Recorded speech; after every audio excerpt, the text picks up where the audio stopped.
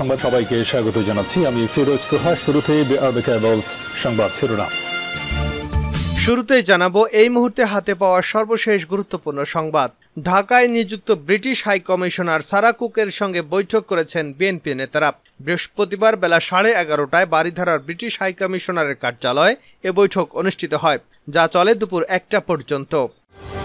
এবারে জানাবো বিএনপির সিনিয়র যুগ্ম মহাসচিব অ্যাডভোকেট রুহুল কবির রিজভী বলেছেন, ক্ষমতাসীন আওয়ামী লীগ সরকার দেশের গণতন্ত্রকামী জনগণকে বন্দী করে রেখেছে। জানাবো টাঙ্গাইল পৌরসভা সহ শহরের বিভিন্ন পয়েন্টে ককটেল বিস্ফোরণের ঘটনা ঘটেছে। এ সময় স্থানীয়রা দৌড়ে নিরাপদ স্থানে আশ্রয় নেন। ঘটনার পর থেকে মানুষের মাঝে আতঙ্ক বিরাজ করছে। এদিকে জাতীয় সমাজতান্ত্রিক দলের সভাপতি হাসানুল হক ইনু ও সাধারণ সম্পাদক শিরিন আক্তার বলেছেন, বাংলাদেশ ও আমেরিকা ছাড়া বিশ্বের আর কোনো দেশের স্বাধীনতার লিখিত ঘোষণাপত্র নেই। জানিয়ে দেব, পররাষ্ট্রমন্ত্রী এবং আওয়ামী লীগের যুগ্ম সাধারণ সম্পাদক ডক্টর হাসান মাহমুদ বলেছেন, 1971 সালের মুজিবনগর সরকারের অধীনে অন্যান্য সেক্টর কমান্ডারদের মতোই 400 টাকা মাসিক বেতনের কর্মচারী ছিলেন জিয়াউর রহমান। অথচ পরিতাপের বিষয়, সেই বিএনপি মুজিবনগর সরকারের শপথ গ্রহণ দিবস 17 এপ্রিল পালন করে না। এবং সর্বশেষ জানাবো আন্তর্জাতিক সংবাদ।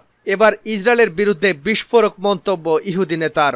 বিশ্বের বিভিন্ন দেশে ছড়িয়ে থাকা ইহুদিদের নিজ রাষ্ট্র এবং ইসরায়েলের প্রতি সমান আনুগত্য পোষণ করতে হয়, এমন একটি ধারণা প্রচলিত। প্রভাবশালী পশ্চিমা দেশগুলোর ইহুদি সমাজের বিভিন্ন কর্মকাণ্ডেও সেই চরিত্রই ফুটে উঠেছে প্রবলভাবে। এতক্ষণ শিরোনাম শুনছিলেন, এবার বিস্তারিত। প্রিয় দর্শক, আপনি যদি এই চ্যানেলে নতুন হয়ে থাকেন, ভিডিওটি দেখতে দেখতে চ্যানেলটি সাবস্ক্রাইব করে আমাদের সঙ্গেই থাকুন। আর এই ভিডিও সম্পর্কে আপনি আপনার মূল্যবান মতামতটি কমেন্ট বক্সে জানিয়ে দিন। আর হ্যাঁ প্রিয় দর্শক, জানিয়ে দিন ভিডিওটি কোথা থেকে দেখছেন। ব্রিটিশ হাই কমিশনারের সঙ্গে বিএনপি নেতাদের বৈঠক। ঢাকায় নিযুক্ত ব্রিটিশ হাই কমিশনার সারা কুকের সঙ্গে বৈঠক করেছেন বিএনপি নেতারা। বৃহস্পতিবার বেলা 11:30টায় বারিধারার ব্রিটিশ হাই কমিশনারের কার্যালয়ে এ বৈঠক অনুষ্ঠিত হয়, যা চলে দুপুর 1টা পর্যন্ত। বিএনপির সূত্রে তথ্য জানা গেছে, বৈঠকে বিএনপির মহাসচিব মির্জা ফখরুল ইসলাম আলমগীর, স্থায়ী কমিটির সদস্য আমির খসরু মাহমুদ চৌধুরী ও সাংগঠনিক সম্পাদক শামা ওবায়দ অংশগ্রহণ করেন। সরকার গণতন্ত্রকামী জনগণকে বন্দী করে রেখেছে রিজভী। বিএনপির সিনিয়র যুগ্ম মহাসচিব রুহুল কবির রিজভী বলেছেন, ক্ষমতাসীন আওয়ামী সরকার দেশে গণতন্ত্রকামী জনগণকে বন্দী করে রেখেছে। বৃহস্পতিবার দুপুরে রাজধানীর উত্তরার কয়েকটি থানার বিএনপির সদ্য কারামুক্ত নেতাকর্মীদের এক সংবর্ধনা অনুষ্ঠানে এসব অভিযোগ করেন তিনি। রিজভী বলেন, আজকে দেশের আইন আদালত, আইন শৃঙ্খলা বাহিনী, পুলিশ, র্যাব সবকিছু আপনাদের হাতের মুঠোয়। সবকিছু আপনারা কুক্ষিগত করে রেখেছেন। কোথাও কোনো প্রতিষ্ঠান স্বাধীনভাবে কাজ করতে পারছে না। সব আওয়ামী ফ্যাসিবাদের ছাতার নিচে আপনারা বন্দী করে রেখে এদেশের গণতন্ত্রকামী মানুষ, বিএনপি সহ সব জনগণকে আপনারা বন্দী করে রেখেছেন। উত্তরা দিয়াবাড়ি ফ্যান্টাসি আইল্যান্ডে হাজী মোহাম্মদ মোস্তফা জামানের উদ্যোগে ও ঢাকা মহানগরের 7টি থানার কারা নির্যাতিত নেতাকর্মীদের সম্মানে অনুষ্ঠান হয়। গত বছরের 28 অক্টোবর ঢাকায় বিএনপির মহাসমাবেশের ঘটনায় উত্তরায় 7টি থানায় গ্রেপ্তার হওয়া নেতাকর্মীরা যারা কারাগার থেকে মুক্ত হয়েছেন, তারা এই অনুষ্ঠানে অংশগ্রহণ করেন।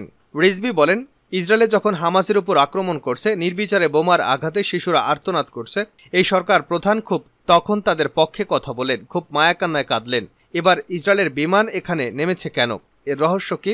আমরা অনেক কথাই শুনি, বিরোধী দলের কথাবার্তা মোবাইল থেকে টেপ রেকর্ড করার জন্য নাকি যন্ত্র কেনা হয়েছে ইসরায়েল থেকে, আর মায়াকান্না দেখাচ্ছেন। এগুলো হচ্ছে রাজনৈতিক ভণ্ডামির নমুনা। টাঙ্গাইল শহরের বিভিন্ন পয়েন্টে ককটেল বিস্ফোরণ, শহর জুড়ে আতঙ্ক। টাঙ্গাইল পৌরসভা শহরের বিভিন্ন পয়েন্টে ককটেল বিস্ফোরণের ঘটনা ঘটেছে। এ সময় স্থানীয়রা দৌড়ে নিরাপদ স্থানে আশ্রয় নেন। ঘটনার পর থেকে মানুষের মাঝে আতঙ্ক বিরাজ করছে। বুধবার রাত 10:45টার দিকে টাঙ্গাইল পৌরসভার সামনে পৌর উদ্যান, সয়ানি পুকুরপাড়, আদালতপাড়া, পুরাতন বাস স্ট্যান্ড ও থানাপাড়া এলাকায় বিকট শব্দে ককটেলগুলো বিস্ফোরিত হয়। ঘটনার পর পুলিশের মোটরসাইকেলের মোবাইল টিম শহরের বিভিন্ন পয়েন্ট টহল দেয়। এছাড়া শহরের বিভিন্ন পয়েন্টে চেকপোস্ট বসিয়ে তল্লাশি করা হয়। এদিকে বৃহস্পতিবার সকালে টাঙ্গাইল শহরের জেলা আওয়ামী লীগের 2 গ্রুপের পক্ষ থেকে পৃথকভাবে সমাবেশের ডাক দেওয়া হয়েছে। জেলা আওয়ামী লীগের একাংশ সচেতন নাগরিক সমাজের ব্যানারে ধর্ষণ মামলার আসামি শহর আওয়ামী লীগের সহসভাপতির পদ থেকে অব্যাহতি দেওয়া গোলাম কিবরিয়া বড় মানিককে গ্রেপ্তার এবং বিচারের দাবিতে সমাবেশে ডাক দেয়। অপরদিকে একই সময়ে আওয়ামী লীগের আরেক অংশ জেলা শ্রমিক ফেডারেশনের ব্যানারে আওয়ামী লীগের নেতা ফারুক হত্যা মামলার আসামিদের বিচারের দাবিতে সমাবেশে ডাক দেয়।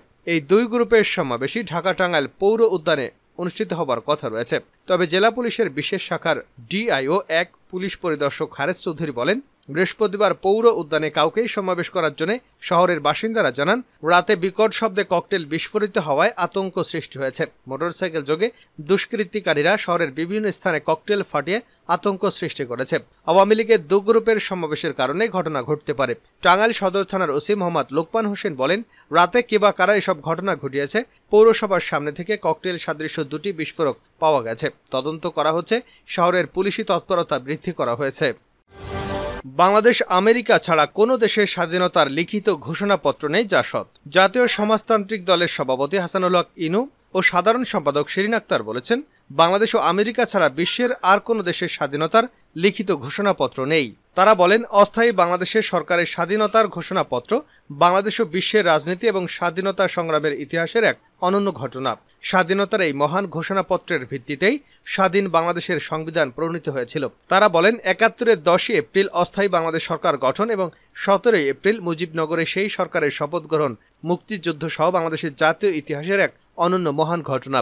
বঙ্গবন্ধু শেখ মুজিবুর রহমানের অনুপস্থিতিতে তাকে বাংলাদেশ সরকারের রাষ্ট্রপতি, জাতীয় নেতা অধ্যাপক সৈয়দ নজরুল ইসলামকে ভারপ্রাপ্ত রাষ্ট্রপতি, তাজউদ্দিন আহমেদকে প্রধানমন্ত্রী, এইচ.এম. কামরুজ্জামান ও মনসুর আলী সহ নির্বাচিত গণপরিষদ সদস্যদের নিয়ে অস্থায়ী বাংলাদেশ সরকার গঠন করা হয়। ১৯৭১ সালে ২৬শে মার্চ বঙ্গবন্ধু শেখ মুজিবুর রহমানের বাংলাদেশের স্বাধীনতার ঘোষণার মধ্য দিয়ে প্রতিষ্ঠিত স্বাধীন রাষ্ট্রের ন্যায্যতা আন্তর্জাতিকভাবে সুপ্রতিষ্ঠিত হয়েছিল। তারা আরও বলেন, অস্থায়ী বাংলাদেশ সরকার পাকিস্তানি হানাদার বাহিনীর দখল থেকে দেশ মুক্ত করার লক্ষ্যে সংগঠিত মহান মুক্তিযুদ্ধকে রাজনৈতিক নেতৃত্বে পরিচালিত করে বিজয়ী করতে উচ্চ রাজনৈতিক প্রজ্ঞা ও রাজনৈতিক ক্ষমতা প্রদর্শন করে। বঙ্গবন্ধু শেখ মুজিবুর রহমান সহ জাতীয় ৪ নেতার প্রতি গভীর শ্রদ্ধা জানিয়ে তারা বলেন, স্বাধীনতার ঘোষণাপত্র ও সেই ঘোষণাপত্রের ভিত্তিতে প্রণীত স্বাধীন বাংলাদেশ সংবিধানের আলোকে গণতান্ত্রিক, সমাজতান্ত্রিক, ধর্মনিরপেক্ষ রাষ্ট্র এবং সমাজ গড়ে তোলার সংগ্রাম অব্যাহত রাখতে হবে। ৪০০ টাকা বেতনের কর্মচারী ছিলেন জিয়াউর রহমান পররাষ্ট্রমন্ত্রী এবং আওয়ামী লীগের যুগ্ম সাধারণ সম্পাদক ডক্টর হাসান মাহমুদ বলেছেন, ১৯৭১ সালে মুজিবনগর সরকারের অধীনে অন্যান্য সেক্টর কমান্ডারদের মতোই ৪০০ টাকা মাসিক বেতনের কর্মচারী ছিলেন জিয়াউর রহমান। অথচ পরিতাপের বিষয়, সেই বিএনপি মুজিবনগর সরকারের শপথ গ্রহণ দিবস ১৭ এপ্রিল পালন করে না। স্থানীয় সময় বুধবার ১৭ এপ্রিল রাতে গ্রিসের রাজধানী এথেন্সে নবম আওয়ার ওশান কনফারেন্সে যোগদানরত পররাষ্ট্রমন্ত্রী স্থানীয় একটি হোটেলে ঐতিহাসিক মুজিবনগর দিবস উপলক্ষে বাংলাদেশ কমিউনিটি ইন গ্রিস আয়োজিত সভায় প্রধান অতিথির বক্তৃতায় এসব কথা বলেন। এ সময় হাসান মাহমুদ বলেন, বঙ্গবন্ধু ৭ই মার্চের যে ভাষণ আমাদের মুক্তিযুদ্ধের অবিচ্ছেদ্য অংশ, সেই ৭ই মার্চও বিএনপি পালন করে না। এ থেকেই স্বাধীনতা মুক্তিযুদ্ধে বিএনপি কতটুকু বিশ্বাস করে তা প্রমাণিত। মুজিবনগর দিবস স্মরণে পররাষ্ট্রমন্ত্রী বলেন, ১৯৭১ সালের ১৭ এপ্রিল তৎকালীন কুষ্টিয়া জেলার বৈদ্যনাথতলা অর্থাৎ বর্তমান মেহেরপুর জেলার মুজিবনগরের স্বাধীন বাংলাদেশের প্রথম সরকারের শপথ গ্রহণের আগের মধ্যরাতে দেশি বিদেশি সাংবাদিকরা কলকাতা প্রেস ক্লাবের সামনে সমবেত হতে বলা হয়। গোপনীয়তার মধ্যে পরদিন সকালে মুজিবনগরে পৌঁছানো হয়, যেখান থেকে তারা সংবাদ পরিবেশন করেন। প্রবাসী বাংলাদেশিদের বৈধ পথে রেমিটেন্স পাঠাতে আহ্বান জানান হাসান মাহমুদ। তিনি বলেন, গ্রিক পররাষ্ট্রমন্ত্রী তার সঙ্গে বৈঠকে জানিয়েছেন, গ্রিস আরও ৬টি দেশে দূতাবাস খোলার নীতিগত সিদ্ধান্ত গ্রহণ করেছে, তার মধ্যে বাংলাদেশ অন্যতম। জানাবো আন্তর্জাতিক সংবাদ। ইসরায়েলের বিরুদ্ধে বিস্ফোরক মন্তব্য ইহুদি নেতার। বিশ্বের বিভিন্ন দেশে ছড়িয়ে থাকা ইহুদিদের নিজ রাষ্ট্র এবং ইসরায়েলের প্রতি সমান আনুগত্য পোষণ করতে হয়, এমন একটি ধারণা প্রচলিত। প্রভাবশালী পশ্চিমা দেশগুলোর ইহুদি সমাজের বিভিন্ন কর্মকাণ্ডেও এই চরিত্র ফুটে ওঠে প্রবলভাবে। ঠিক এই মুহূর্তে যখন ইরান ইসরায়েল যুদ্ধের দ্বারপ্রান্তে বিশ্ব, তখন শিয়া মুসলিম অধ্যুষিত প্রবল ইসরায়েল বিরোধী রাষ্ট্র ইরানে ইহুদি সম্প্রদায় তেল আবিবের বিরুদ্ধে তেহরানের পদক্ষেপকেই সমর্থন করেছে।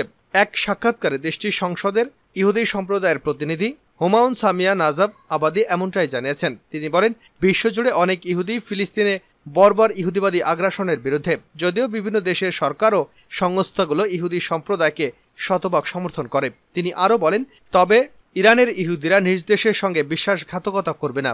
আমরা ইসলামিক রিপাবলিক অব ইরানকে শতভাগ সমর্থন করি এবং আমাদের নেতা আয়াতুল্লাহ আলী খামেনির নির্দেশনা মেনে চলি। ইহুদি এই নেতা জানান, নিজেকে রক্ষা করার সম্পূর্ণ অধিকার ইরানের রয়েছে।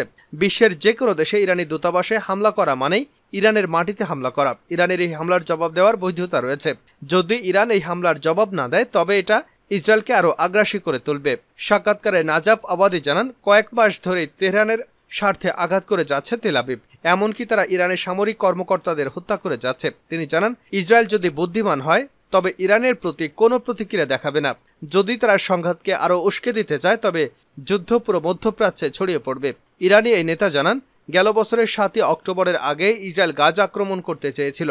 ওই দিন হামাসের আক্রমণের ঘটনাকে উপত্যকাটিতে হামলা চালানোর জন্য অজুহাত হিসেবে ব্যবহার করেছে। হামাসের হামলার পাল্টা প্রতিক্রিয়ায় বেশ নৃশংস হলেও বিশ্ব নেতারা ইসরায়েলের নিন্দা করতে ব্যর্থ হয়েছে বলে জানান নাজাফ আবাদি।